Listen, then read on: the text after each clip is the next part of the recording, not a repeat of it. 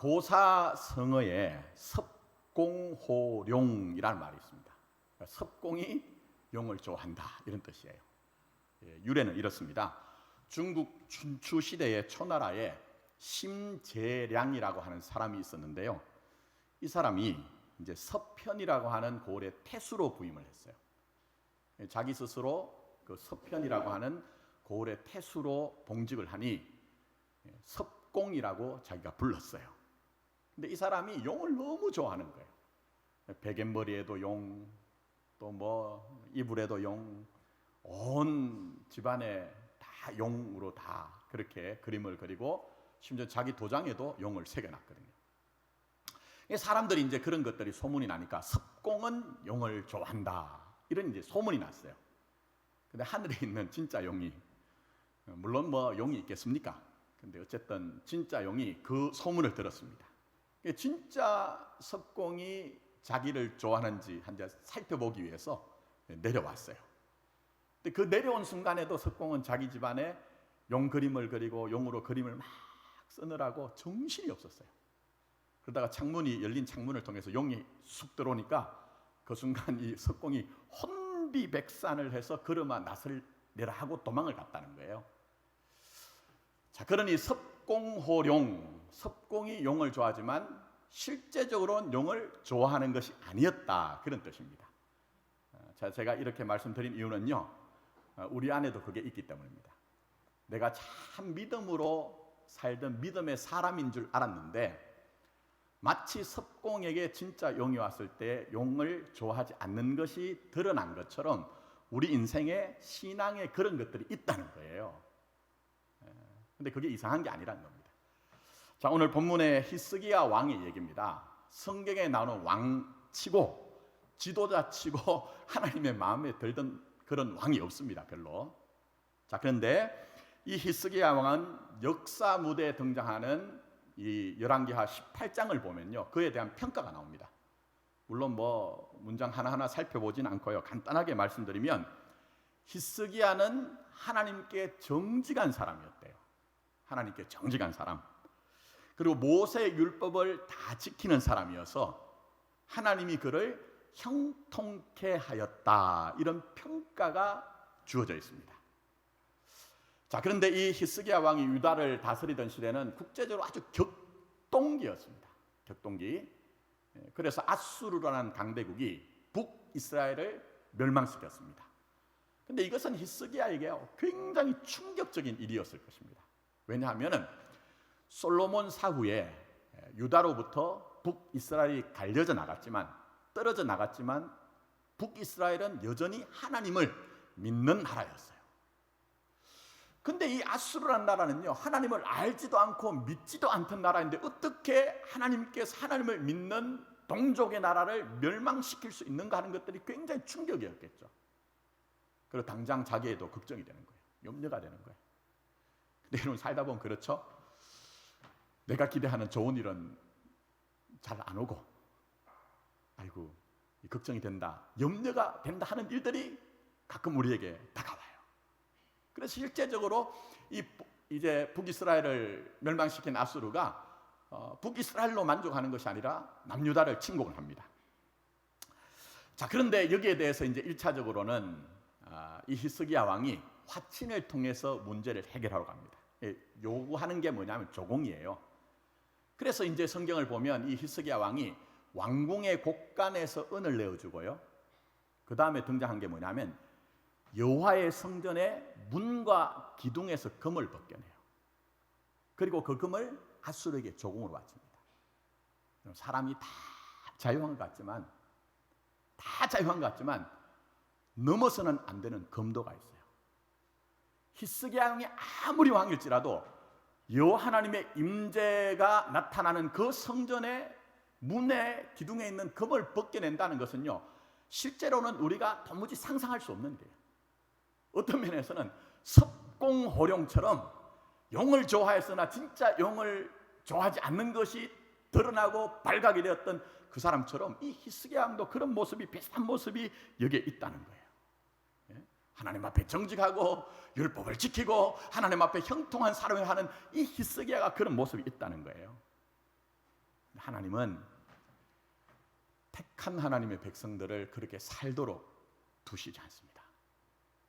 그래서 결국은 이 히스기야가 자신의 노력에 의해서도 상황이 호전이 되지 않아요. 오히려 아수르는 만족하지 않고 유다를 멸망시킬 목적으로 예루살렘 수도를 이제 포위를 합니다. 그때서야 드디어 히스기야가 19장 1절을 보시면요, 굵은 베옷을 두르고 여호와의 성전에 올라갑니다. 그리고 전령들을 보내어서 이사야 선지자에게 자기 심정을 토를 합니다. 자, 그 내용이 19장 3절인데 읽진 않았어요. 한번 눈으로 한번 올라가 보시기 바랍니다. 그들이, 전령이죠, 그들이 이사야에게 이르되, 히스기야의 말씀이, 이제 히스기야의 심정이 나옵니다. 오늘은 환난과 징벌과 모욕의 날이라. 아이를 낳을 때가 되었으나 해산할 힘이 없다고 해서 자기의 무력함을 토를 해요. 얼마나 깊은 절망감이 느껴진지 몰라요. 그야말로 믿음 있다고 생각하는데 상황 앞에서 석공호령과 비슷한 모습으로 등장하고 있다는 거예요. 저희는 하나님의 은혜죠. 정말 이 죽음과 같은 현실을 대하고 있는 히스기야에게 하나님은 이사야 선지자를 통해서 하나님의 구원을 선포해 주십니다. 근데 그때에 이제 다시 아수르 왕이 사자를 보냅니다. 더 암울한 얘기입니다. 근데 이제는 히스기야가 변한 거예요. 그게 뭡니까? 여호와의 성전에 그 문과 기둥에 금을 벗겨먹던 신앙에서 여호와의 성전 안으로 들어가서 이 아수르 왕이 보내온 편지를 펴놓고 하나님 앞에 절절하게 기도합니다. 그게 바로 오늘 본문입니다. 근데 이게 뭐 이 정도로 기도했다는 건 아닙니다. 이거는 히스기야가 어떤 마음을 가지고 기도했느냐 하는 것들을 보여주고 있는데, 보시면요, 굉장히 엄청난 변화가 있어요. 여러분, 히스기야가 왜 하나님의 성전의 문과 기둥의 금을 벗겨내었을까요? 내가 그렇게 하면 문제를 해결할 수 있다는 거예요. 근데 이제 기도가 변화되죠. 뭡니까? 제가 1, 2부 때는 시간에 압박되어서 이런 부분을 터치하지 않았는데, 이 기도의 내용은요, 하나님이 창조주라는 거예요. 하나님이 역사를 주관한다는 거예요. 하나님, 내가 하나님 앞에서 부름받은 왕인데 정말 그 유다의 나라의 왕은 하나님이 이 일을 하신다는 그 창조주 하나님에 대한 신앙과 하나님이 역사를 주관하신다는 그 믿음이 있어야 되는데, 그거 전부 다 망각했습니다. 하나님, 내가 착각했습니다. 하나님만이 이 일을 되게 하시는 창조주 하나님이시오, 역사를 주관하신 하나님이시오, 구원자이신 하나님이, 나는 이제는 하나님 앞에 전적으로 하나님을 소망 삼고 하나님으로 의지하겠습니다 하는 내용이 바로 이 기도의 내용이거든요. 근데 이 기도가 되어지자 그 다음에 등장하는 게 뭐죠? 우리 잘 아는 사건이잖아요. 18만 5천 명의 아수르 군대를 여호와의 사자가 하룻밤에 멸절시킵니다. 물론 역사가인 요세푸스는 이 일에 대해서 전염병이 돌았다고 그렇게 보고를 하고 있습니다만, 어쨌든 이 하나님의 구원의 역사로 이제 이 사건이 종결이 됩니다. 자, 그러면 여러분 의문을 가지셔야 됩니다. 그렇게 하나님 앞에 정직하고 율법을 잘 지키고 하나님이 형통하다고 하는 이 히스기야에게 왜 아수르의 침공이라고 하는 이 일이 등장하느냐 하는 거예요. 왜 이 일이 등장하느냐? 그리고 더 나가서 이런 일들이 있을 때 히스기야의 그 허약함이 드러나잖아요. 신앙의 허약함, 이게 드러나는데 이게 무슨 의미로 우리에게 주어져 있느냐 하는 거예요. 자, 일단은 기독교 신앙이 참 단순한 것 같은데 어렵습니다. 아주 우리가 다 이해하기 어려운 부분이 있어요. 그 가운데 하나가, 여러분에게 일어나는 모든 일들은 하나님의 섭리와 경륜과 계획과 일하심이라는 거예요. 무슨 얘기냐 하면, 우리에게 일어나는 모든 일들이 우리가 우리 스스로 알기도 힘든데 그게 다 의미가 있다는 거예요. 그러면 지금 이 히스기야가 당하고 있는 일들도 의미가 있겠죠. 그리고 오늘 이 히스기야가 여호와 앞에서 정말 정직하고 말씀을 잘 지키고 형통한 자라고 하는데 석공호령처럼 그 안에 있는 그 믿음의 허약함이 드러나는 이유가 있겠죠. 그게 뭐냐 하는 거예요, 여러분. 그게 뭐냐? 자, 오늘 결론입니다. 하나님이 이 히스기야의 사건을 통해서요, 우리의 신앙의 근거는 우리가 아니래요. 우리의 신앙의 근거는 우리가 아니라 하나님이 신앙의 근거다, 전부다 하는 것들을 말씀하고 계세요. 근데 그런 신앙이 이루어지기 위해서 하나님은 우리의 현실을 통해서 우리에게 그 일을 이루어 가신다는 것입니다. 자, 다시 한번 설명드릴게요. 우리의 인생과 우리의 신앙은요, 우리 자신이 근거가 될 수 없습니다. 근데 우리는 그걸 자꾸 착각해요. 그러니 하나님은 우리 삶에 생기는 현실적인 문제를 통해 우리를 끌고서라도 하나님을 전적으로 의지하는 자리까지 데리고 가신다는 것을 말씀하고 계시는 거예요. 자, 이걸 제가 설명드리려고 하는데 한번 잘 따라와 보십시오. 저는 설교를 쉽게 하는 편은 아닙니다. 고민하고 같이 생각하는 쪽으로 자꾸 설교를 하려고 해요. 왜냐하면 한국 교회의 문제는요, 목사들이 너무 쉽게 설교를 했기 때문에 성경을 본질을 파헤치지 않고. 그래서 같이 좀 고민하면서 생각했으면 좋겠습니다. 자, 사람은 사는 동안 몸을 가지고 삽니다. 여기 몸 없이 여기에 존재하신 분 계세요? 그건 그럴 수가 없습니다. 지금 이 시간 여러분이 이 자리에 예배를 드리시면서 설교를 듣는 것도 내 몸의 일부분인 귀가 듣고 마음으로 생각을 하는 거예요. 그건 당연한 거예요. 당연한 겁니다. 자, 그러니 우리 속에 뭐가 있느냐 하면 경험 속에 내 몸을 움직여야 된다. 그게 사는 것이다. 또 다르게 표현을 하면 내 몸을 움직일 때만 어떤 일이 발생한다는 생각이 우리의 속에는 가득하다는 거예요. 틀린 게 아니고 그게 당연합니다. 문제는 신앙의 세계는 그게 아니라는 겁니다. 신앙의 세계는 그게 아니라는 거예요. 하나님이 비록 우리의 눈에 보이지 않고 귀에 음성이 들리지 않고 손으로 감각할 수 없다 할지라도 정말 하나님이 우리의 근원이 되십니다, 우리의 전부가 되십니다 하는 것들이 되어질 때만 진짜 하나님이 우리에게 원하시는 신앙이라는 거예요. 근데 말씀드린 것처럼 우리가 살면 살수록 우리의 경험 속에서 내 몸을 움직이지 않으면 안 되네 하는 것들이 있기 때문에 신앙조차도 우리는 그렇게 오해를 하는 겁니다. 그래서 히스기야 왕이 아수르가 쳐들어왔을 때 당장 여호와의 성전에 올라가서 그 성전에 있는 문과 기둥의 금을 벗겨낸 거예요. 내가 내 몸을 움직여서 뭔가를 하겠다는 거예요. 그런데 하나님 그거 의가하시죠? 차단하시죠? 그러면서 그를 끌고 가서 하나님 앞에 항복하게 하는 거예요. 자, 그런 점에서 여러분, 세상의 사람들이 다 그 길을 끌려가도 하나님이 정말 여러분 택하신 하나님의 자녀라고 하면요, 그 길 그대로 가게 하지 않습니다. 분명히 그냥 두시지 않습니다. 그러니 우리가 때로는요, 우리 삶에 생기는 일들이 다 이해가 되지 않아도 그 속에 하나님의 은혜가 있다는 거예요. 자, 보십시오. 세상의 본질이 뭔지를 잘 알 수 있는 것은 이 세상에 일어나고 있는 어떤 매스컴들 또 문화들을 보면 잘 알 수가 있습니다. 자, 제가 말씀드린 것처럼 사람들은 자기가 근거가 되어서 살고 싶어 합니다. 제가 전에도 한 말씀 드렸는데 지금은 그 프로그램이 없어졌는데 나는 가수다 하는 그런 아주 인기 있는 프로그램이 있었어요. 근데 여러분 아시죠? 처음에 나오신 분들은 나중에 나온 가수들하고 달랐습니다. 굉장히 이미 노래도 잘하고 명성도 얻었던, 쉽게 말씀드리면 우리는요 그런 분들 볼 수 없는 분들이에요. 근데 어느 날 갑자기 나는 가수다 하고 나왔어요. 그래가지고 판정단이 되는 관객들 앞에서 내가 가수라는 것을 증명하기 위해서 얼마나 혼신의 힘을 다하는지. 근데 그 상태가 뭐냐면 왜 인기가 있었느냐, 제가 볼 때는요 우리 속에 있는 내가 근거가 되고 싶은 욕망을 터치해 줬기 때문이라고 생각합니다. 그게 인기가 있었던 게. 제가 말씀드린 것처럼 우리는 그런 가수를 뭐 TV나 또 다른 것을 통해서 볼 수 있지만 실제로 볼 수 있는 사람들이 아니었어요. 근데 어느 날 그 사람들이 무대에 등장하더니 내가 가수라는 것을 좀 알아주십시오 하면서 자기를 증명하기 위해서 정말 노력을 하는데 거기에 관중들이 앉아가지고 우리는 물론 그 투표라는 행위에 참여를 하지 못하지만 그 사람들이 투표를 하는 것에 따라서 이 사람은 가수다 아니다라는 것이 판정이 됨으로 말미암아 이신전심인 거예요. 거기서 우리가 희열을 느낀 거예요. 제가 볼 때는 그렇습니다.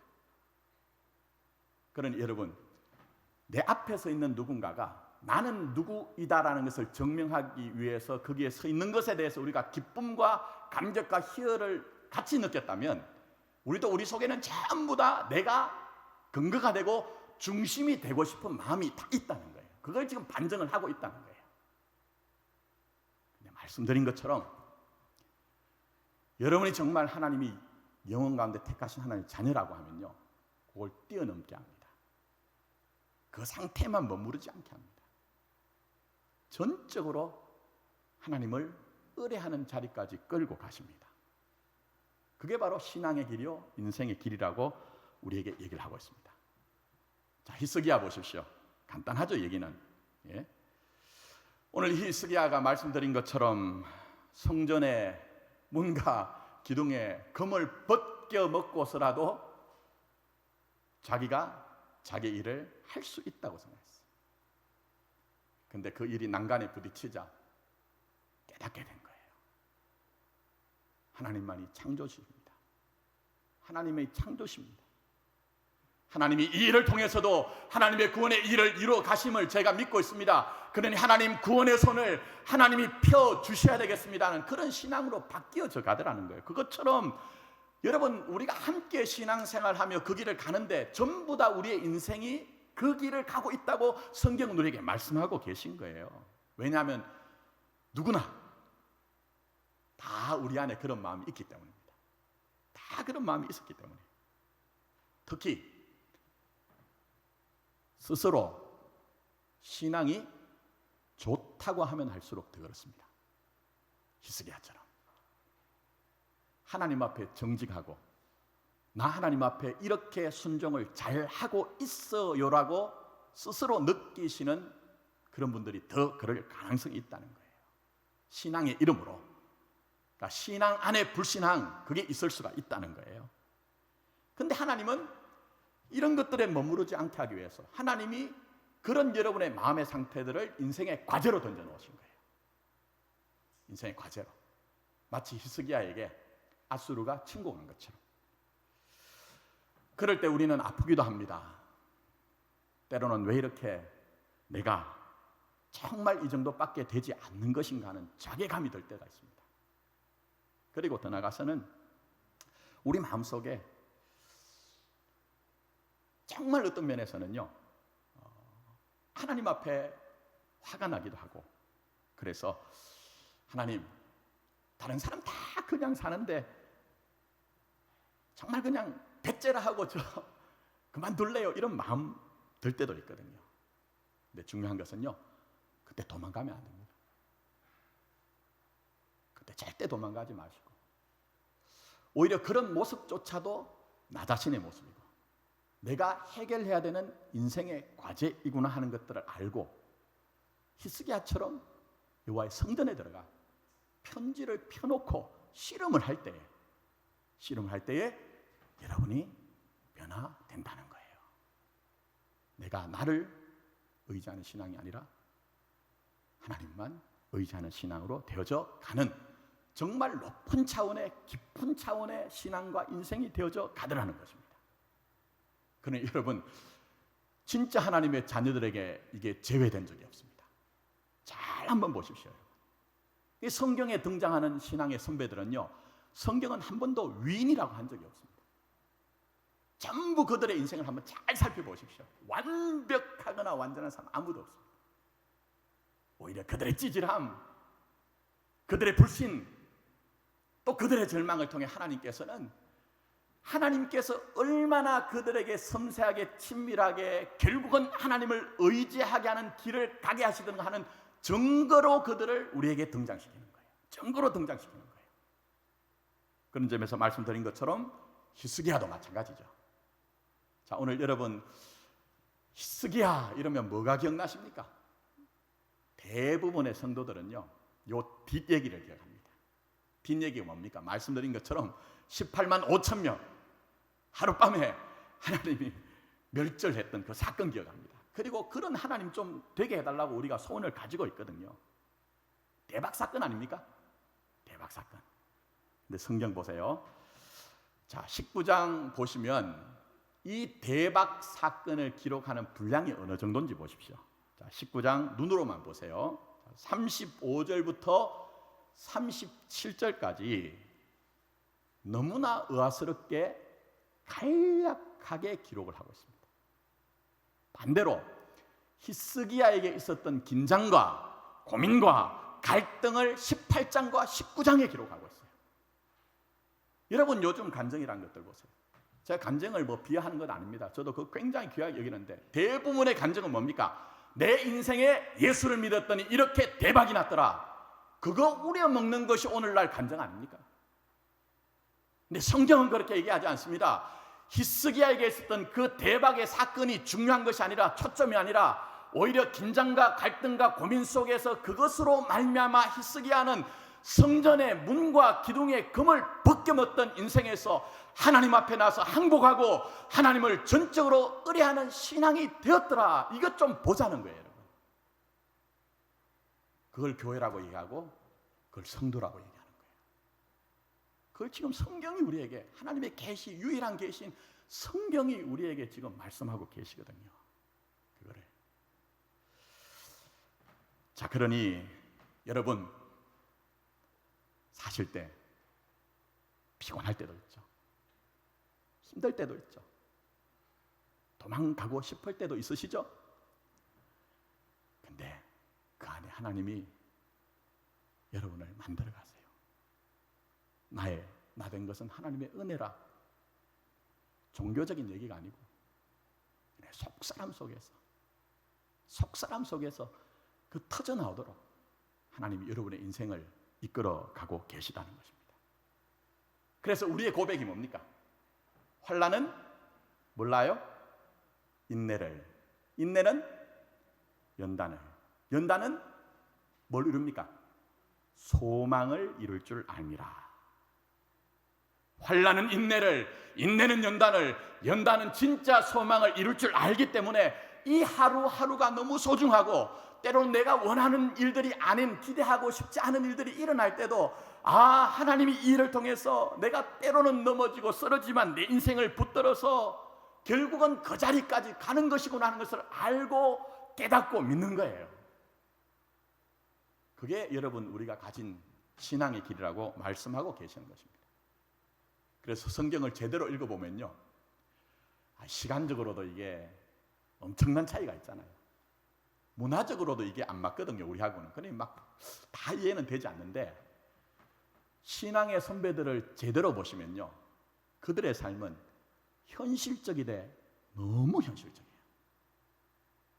너무 현실적이에요. 인간적이되 너무너무 인간적이에요. 그러니 여러분, 제가 말씀드리고 싶은 것은 다른 것이 아닙니다. 우리의 삶의 일상들, 때로는 참 우리가 외면하고 싶기도 하고 도망도 가고 싶은 오늘이 나를 진짜 하나님 앞에 제대로 온전한 신앙 가지도록 하더라는 것입니다. 그러니 하루를 믿음으로 사시고 주님이 궁극적으로 여러분을 이끌어 가시는 그 손길을 기억함으로 말미암아 잘 이기시고 잘 견디시고, 그래서 최종의 승리를 얻었으면 좋겠어요. 자, 그런 점에서 이 설교란 게 압축이 되다 보니까 하고 싶은 얘기를 다 못할 때가 있습니다. 제가 말씀드린 것처럼 히스기야 왕의 시대에 북이스라엘이 멸망했다고 얘기합니다. 근데 성경에서는 이 북이스라엘이 망한 것에 대해서 하나님의 심판이라고 얘기를 해요. 근데 그 하나님의 심판은 심판으로 등장하는 게 아닙니다. 하나님의 구원을 드러내기 위해서 심판으로 등장하고 있습니다. 무슨 얘기입니까? 여러분, 그 북이스라엘이라는 나라는요, 이스라엘은 원래 아시죠? 하나님의 사랑으로 존재할 수 있는 나라가 이스라엘이에요. 자기 능력으로 존재하는 나라가 이스라엘이 아니고, 새 이스라엘이 된 여러분들도 하나님의 사랑의 능력으로 존재할 수 있는 나라라는 것이 여러분이거든요. 근데 이 이스라엘이 입술로는 하나님을 사랑합니다, 사랑합니다라고 얘기했지만 실제적으로 우상을 섬겼어요. 그리고 더 나아가서는 그 우상을 섬기는 신앙 속에서 평안하다, 평안하다 했거든요. 그게 헛된 신앙이거든요. 근데 하나님은 그런 일들을 통해서 그런 허사를 경영하는 일들, 허탄한 신앙을 깨뜨리셨다는 거예요. 그러니 오늘 히스기야의 사건도 뭡니까, 여러분? 똑같은 맥락으로 이루어진 거예요. 성전의 문과 기둥에 금을 벗겨 먹고 내가 나 스스로 근원이 되고 중심이 되어서 하나님조차 이용할 수 있다는 그 신앙에서 두 손 두 발 다 들고 항복하고 하나님만이 창조주십니다. 하나님만이 역사를 주관하시는 분입니다. 하나님만이 내게 구원을 주시는 분입니다 하는 그 자리에 와서 항복하게 되더라는 거예요. 여러분, 저는 우리 교회가 이 자리까지 나갔으면 좋겠어요. 여러분들이 일상의 삶 가운데 부딪히는 현실 속에서 힘들어하고 어려움만 하는 것이 아니라 너 이 자리까지 좀 나왔으면 좋겠다. 이 자리까지 좀 나왔으면 좋겠다. 그저 나를 멀리 떨어뜨려 놓고 필요할 때만 하나님이라고 부르는 그런 신앙 말고 너와 나와의 관계가 성전 안에 들어와서 자기 인생의 문제, 그 아수르의 편지를 펴놓고 하나님만이 이 일을 주관하실 수 있습니다. 하나님만이 이 일을 종결지을 수 있습니다. 하나님만이 이 일을 구원할 수 있습니다라고 하나님의 얼굴을 구하고 구원하는 그 하나님의 손길을 구하는 신앙이 되었으면 좋겠다고 주님이 오늘 이 시간에 여러분에게 말씀하시는 거예요. 근데 여러분, 제가 뭘 말씀드립니까? 세상살이 할 때요, 영광스러운 일들만 있지 않죠? 분명하잖아요.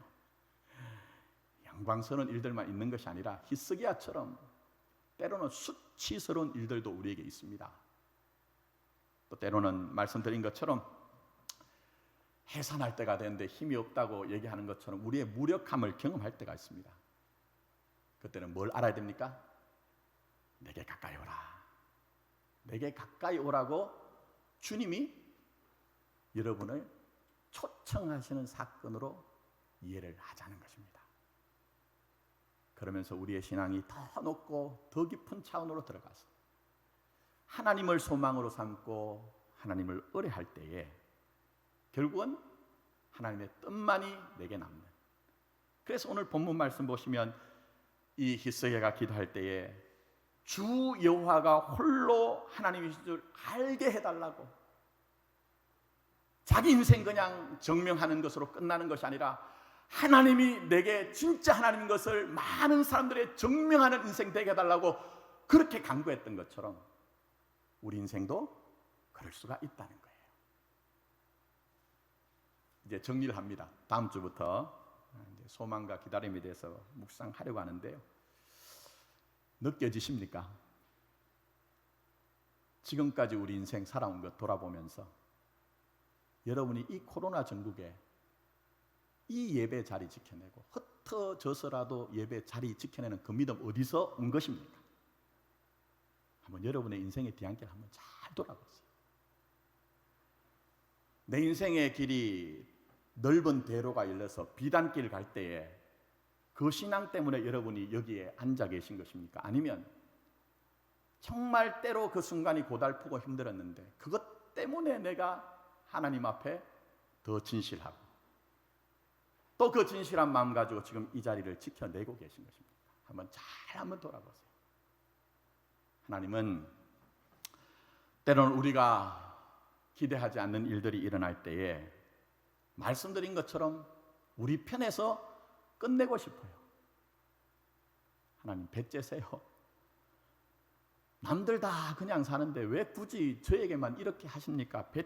배를 째십시오. 이런 마음도 들거든요.